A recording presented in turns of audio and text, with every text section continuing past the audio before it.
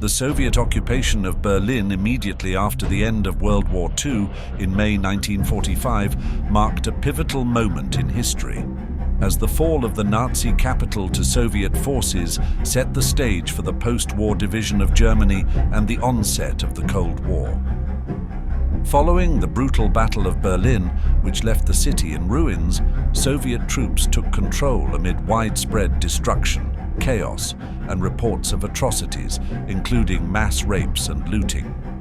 Despite these initial challenges, Soviet authorities quickly moved to establish order, restoring basic services, distributing food, and beginning the process of denazification.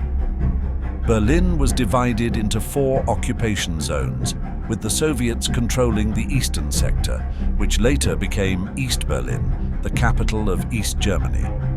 Under Soviet influence, efforts were made to reorganize society along socialist lines, including promoting communist ideology and dismantling German industries for war reparations. This occupation period laid the groundwork for the Cold War, as tensions between the Soviet Union and the Western Allies escalated, eventually leading to the division of Germany into East and West and the construction of the Berlin Wall.